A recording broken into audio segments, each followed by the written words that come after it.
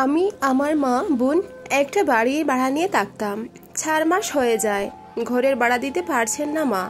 আমার বাবা অনেক আগেই মারা যান। বাবার কিছু সম্পত্তি ছিল যেগুলো এখনো চাচার সাথেই যুক্ত আছে। ঘরের মালিক এসে মাকে বারবার অপমান করে যেত। আজ আবারও ঘরের মালিক এসে বলে, যদি টাকা দিতে না পারো তাহলে এক্ষুনি ঘর থেকে বেরিয়ে যাও, আর ঘরের কোনো জিনিসপত্র নিতে পারবে না। হঠাৎ করে আমার চাচা আর চাচি এসে সামনে হাজির। ওনার কথা শুনে আমার চাচা নিজের পকেট থেকে 15,000 টাকা বের করে দিয়ে বলেন, এই নাও ঘর ভাড়া। মা ওদেরকে নিয়ে ভেতরে আসেন। কাকা আর কাকিমা আমাদেরকে অনেক জোরজবস্তি করেন ওদের সাথে যাওয়ার জন্য। মাকে বলেন, এখানে থাকলে এক্সট্রা ঘর ভাড়া দিতে হবে। আমাদের ওখানে ঘরটাও বেশ বড়, আমরা সবাই এক জায়গায় থাকতে পারবো, কোনো সমস্যা হবে না। ওদের এত আকুতি মিনতি শুনে আমার মা রাজি হয়ে যান। তারপর আমরা আমাদের সমস্ত জিনিসপত্র প্যাকিং করে কাকার বাড়িতে গিয়ে উঠি। সেখানে গিয়ে বুঝতে পারি তাদের আসল রহস্য কী।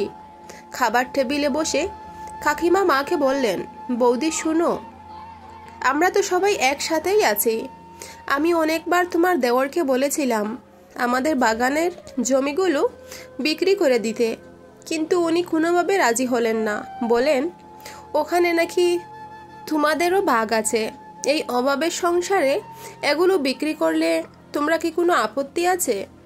সবাই যখন একসাথে আছি তাহলে এগুলো বিক্রি করে দিলে তো আরো ভালো হয়। মা হে সূচক মাথা নাড়ান, কারণ আমরা যেহেতু এখানে চলে এসেছি, তবে এই সম্পত্তি দিয়ে আর কি হবে। পরের দিন সকালে একটা কাগজ এনে ওই কাগজে মাকে সইটাও করিয়ে দেন কাকিমা। বুঝতে পেরেছি এই সম্পত্তির জন্য হয়তো ওরা আমাদেরকে এখানে নিয়ে এসেছেন, কিন্তু এরপরে যা কিছু হলো তার জন্য আমি মোটেও প্রস্তুত ছিলাম না।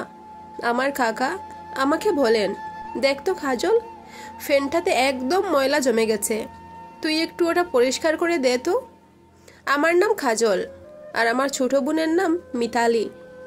আমিও কাকার কথায় কথায় টেবিলের উপর উঠে ফ্যানটা পরিষ্কার করতে লাগি।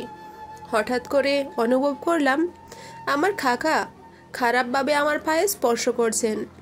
আমি ফিরে তাকালে আমাকে বলেন, এই তোর পায়ে কিছু একটা লেগে গেছিল, তাই ওটা ফেলে দিলাম। আমিও কাকার কথা বিশ্বাস করি। পরের দিন সকালে আমার কাকিমার বড় ভাইয়ের সাথে ছাদে গিয়ে কাকা ফোনে কথা বলছিলেন। কাকিমাকে কিছুদিনের জন্য বাবার বাড়িতে নিয়ে যাওয়ার কথা বলছিলেন, আর তার সাথে এটাও বলছিলেন, আমি বলেছি এ কথা কিন্তু তোমার বোনকে বলো না, তা না হলে ও আবার রাগ করতে পারে। অনেক তাড়াতাড়ি ও রাগ করে বসে। ওই পাশ থেকে কি জবাব এলো আমি আর শুনিনি।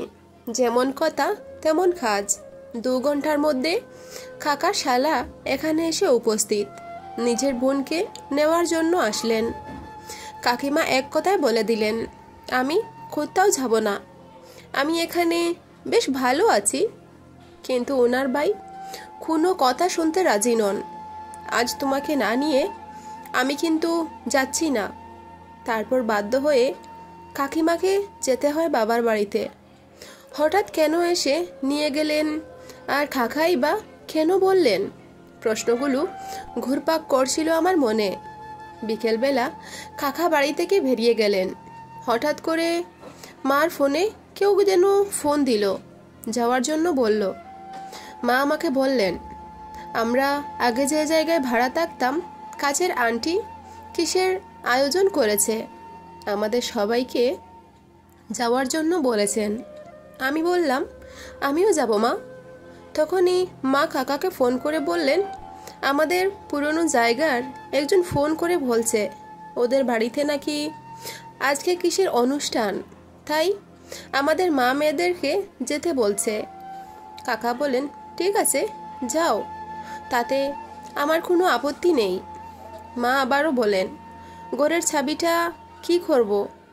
ও ঘরের চাবিটা, ওটা না হয় কাজলের কাছেই রেখে যাও।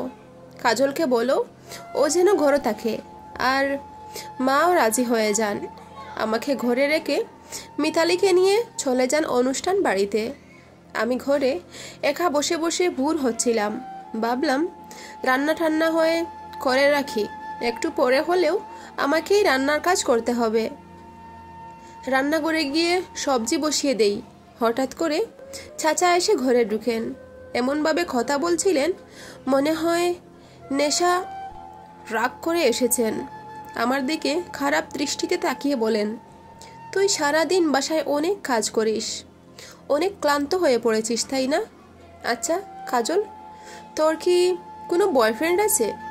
কাকার এমন প্রশ্নে আমি হতভম্ব হয়ে দাঁড়িয়ে রইলাম। এটা আবার কেমন কথা বলছেন কাকা? আমি কোনো কথা না বলে চুপ করে দাঁড়িয়ে থাকলাম। হঠাৎ করে পেছন থেকে কাকা এসে আমাকে জড়িয়ে ধরলেন।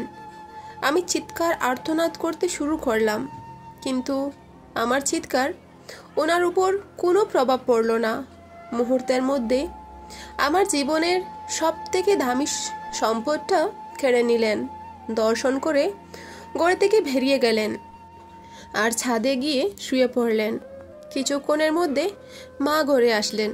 আমি রান্নাঘরে বসে বসে কান্না করছি। আমার চিৎকার কেউ শুনতে পারছে না। মা তাড়াতাড়ি আমার কাছে এসে জিজ্ঞেস করলেন, কি হয়েছে রে কাজল, কাঁদছিস কেন? আমি মাকে সমস্ত কথা খুলে বললাম। মা রেগে গিয়ে সোজা ছাদে চলে গেলেন কাকার সাথে কথা বলার জন্য। আমি ঘর থেকে সব কিছু শুনছিলাম। কাকা মাকে বলেন, এখানে চেঁচামেচি করে কোনো লাভ নেই, কারণ তোমার নামে যা সম্পত্তি ছিল সব কিছু এখন আমাদের নামে করে দিয়েছ, সেজন্য আমি যা চাইব তাই করতে পারবো। এখন যদি আমি চাই ঘাড় ধাক্কা দিয়ে বাড়ি থেকে বের করে দিতে পারি, তখন কোথায় যাবে? দুটো যুবতী মেয়ে নিয়ে রাস্তার পাশাপাশি ভিক্ষে করতে হবে, আর প্রতিদিন হাজার হাজার ছেলে মিলে মা মেয়ে তিনজনকে দর্শন করে যাবে, তখন কি করবে? কাকার কথায় মা ভয় পেয়ে যান। ঘরে এসে আমাকে চুপ থাকতে বলেন। এই অন্যায় যেন আমি সহ্য করে নেই। মায়ের এমন ডিসিশন থেকে আমি অবাক হয়ে যাই। এটা আবার কেমন কথা বলছেন মা? নিজের মেয়েকে এভাবে বিপদের মুখে কিভাবে ফেলে দিতে পারেন তিনি? আমি মাকে বললাম, কি বলছো এসব মা? আমি কেন চুপ করে থাকবো? মা বলেন, যদি চুপ করে থাকতে না পারিস তাহলে ভিক্ষের থালা হাতে নিয়ে রাস্তায় বেরিয়ে পড়। তখন রোজ রোজ হাজার হাজার শিয়াল কুকুর টেনে হিচড়ে খাবে। তার চেয়ে বরং এখানে চুপ করে থাক। মায়ের কথা শুনে আমিও চুপ হয়ে যাই। এরপর থেকে প্রত্যেক দিন কাকা আমার সাথে এভাবে আচরণ করতে শুরু করে। প্রতিদিনের চোখের জল আমার পা অবধি চলে যায়। আমার বোন মিতালি আমাকে বারবার জিজ্ঞেস করে, কিন্তু আমি ওকে কোনো না কোনো বাহানা দেখিয়ে ঠিক এড়িয়ে যাই। কিন্তু আজ আমার পক্ষে আর লুকিয়ে রাখা সম্ভব হলো না। রাত 12টার সময় মিতালি বাথরুমে যাচ্ছিল। আমাকে কাকার ঘর থেকে বেরিয়ে আসতে দেখে আমাকে জিজ্ঞেস করে, দিদি তুই এত রাতে কাকার ঘরে কী করছিস? আমি ওকে সমস্ত সত্যিটা বলে দেই। চোখের জলগুলো মুছে নিতে পারিনি আমি। দেখে নেয় আমার ছোট বোন মিতালি আমার সামনে। ও মাকে অনেক কথা শোনায়। মা বলেন, বড়দের মাঝখানে কথা বলতে আসবি না, তোর জন্য আমি এই সব কিছু করছি। সেদিন চুপ করে যায় মিতালি। পরের দিন আমি রান্নাঘরে কাজ করছি। হঠাৎ করে কাকা এসে আমাকে বলেন, কাজল একটু ঘরে আয়, কাজ আছে। তখন আমার পায়ের নিচ থেকে মাটি সরে যায়, কারণ আবারও আমার উপর ওই একই নির্যাতন হবে। আমি ঠিক ভালো করেই বুঝতে পারছি। মা আমাকে বারবার বলে যাচ্ছেন, যা ঘরে যা, কাকা ডাকছে। মায়ের দিকে হা করে তাকিয়ে আছি। এটা কি আমার মা? এক পা দু পা করে ঘরের দিকে হাঁটা শুরু করেছি। হঠাৎ করে আমার বোন মিতালি আমার হাতটা চেপে ধরে আর বলে, আজকের পর যদি ওই ঘরে যেতে হয় তাহলে আমি যাব। কারণ মা সব কিছু দেখে মুখ বুজে সহ্য করছে। তখন মা মিতালিকে বলে, একটা থাপ্পড় বসিয়ে দিয়ে বলেন, লজ্জা করে না তোর? এই ঘুরে যাবি? এটা তোর কাকা। তখন মিতালি বলে, আমার কাকা? আর দিদির কি কাকা নয়? দিনের পর দিন ওর উপর অত্যাচার চলছে, আর তুমি সব কিছু দেখে ওকে সাপোর্ট করার বদলে ওকে এই নরকে ঠেলে দিচ্ছ। কেমন মা তুমি? মিতালির কথা শুনে মা মিতালিকে টেনে টেনে ঘরের ভিতর নিয়ে গেলেন। সেখানে গিয়ে ওকে কি বললেন আমি জানি না। সেদিন মিতালি ফোন করে কাকিমাকে সব কিছু বলে দেয়। আমরাও বাড়ি থেকে পালিয়ে যাই আমাদের পুরানো ভাড়া বাড়িতে। ওই বাড়িতে আর ফিরে যাব না বলে চলে এসেছি। একটু পর দেখতে পেলাম কাকা এসে আমাদের বাড়িতে প্রবেশ করলেন। এখানে এসে মিতালির সাথে যা নয় তাই ব্যবহার করছিলেন। ওর গায়ে পর্যন্ত হাত তুললেন আর বললেন, এবার দেখ আমি তোর দিদিকে তোর চোখের সামনে কি করি। এই বলে আমার সাথে খারাপ কাজ করার জন্য এগিয়ে আসছিলেন কাকা। হঠাৎ আমার বোন মিতালি একটা লাঠি হাতে নিয়ে কাকার মাথায় আঘাত করে, আর কাকা মাটিতে পড়ে যায়। উনি ওখানে পড়ে যান। তারপর কাকিমা পুলিশকে সাথে নিয়ে আমাদের এখানে এসে উপস্থিত হন।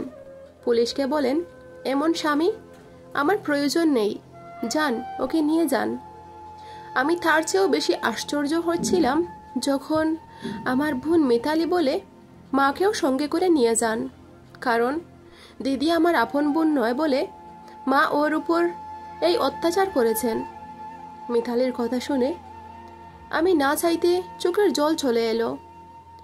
আসলে কি এটা সত্যি আমি মায়ের সৎ মেয়ে? আমি মিতালিকে জিজ্ঞেস করলাম, কি বলছিস এসব মিতালি? হ্যাঁ দিদি, সেদিন মা আমাকে তোর সামনে থেকে টেনে টেনে ঘরের ভিতর নিয়ে বললেন, তুই নাকি আমার সৎ বোন। নয়তোকে বাবা নাকি তোকে খুঁড়িয়ে পেয়েছিলেন, আর সেদিন থেকে তুই আমার বাড়িতেই আছিস। আর সেদিন থেকে তুই আমার দিদি হয়ে আমাদের বাড়িতেই থেকে যাস। আমি ওদের রক্তের সম্পর্ক নয় বলে কাকা আমার সাথে এমনটা করতে পারলো। সেদিন পুলিশ শুধু কাকাকে নিয়ে যায়নি, মাকেও সঙ্গে করে নিয়ে গেছে। কাকিমা আমাদের দু বোনকে বুকে জড়িয়ে বললেন, আমাকে ক্ষমা করে দাও কাজল। মিতালি, আমি জানি আমি একটু লোভী, কিন্তু আমি কখনো তোদের খারাপ চাই না। আজ থেকে তোরা দুজন আমার মেয়ে, আমার সাথেই থাকবি। এই বলে আমাদেরকে বাড়িতে নিয়ে যান কাকিমা। গল্পটা এখানেই শেষ করলাম। ভালো লাগলে চ্যানেলটা সাবস্ক্রাইব করে পাশে থেকো। ধন্যবাদ বন্ধুরা।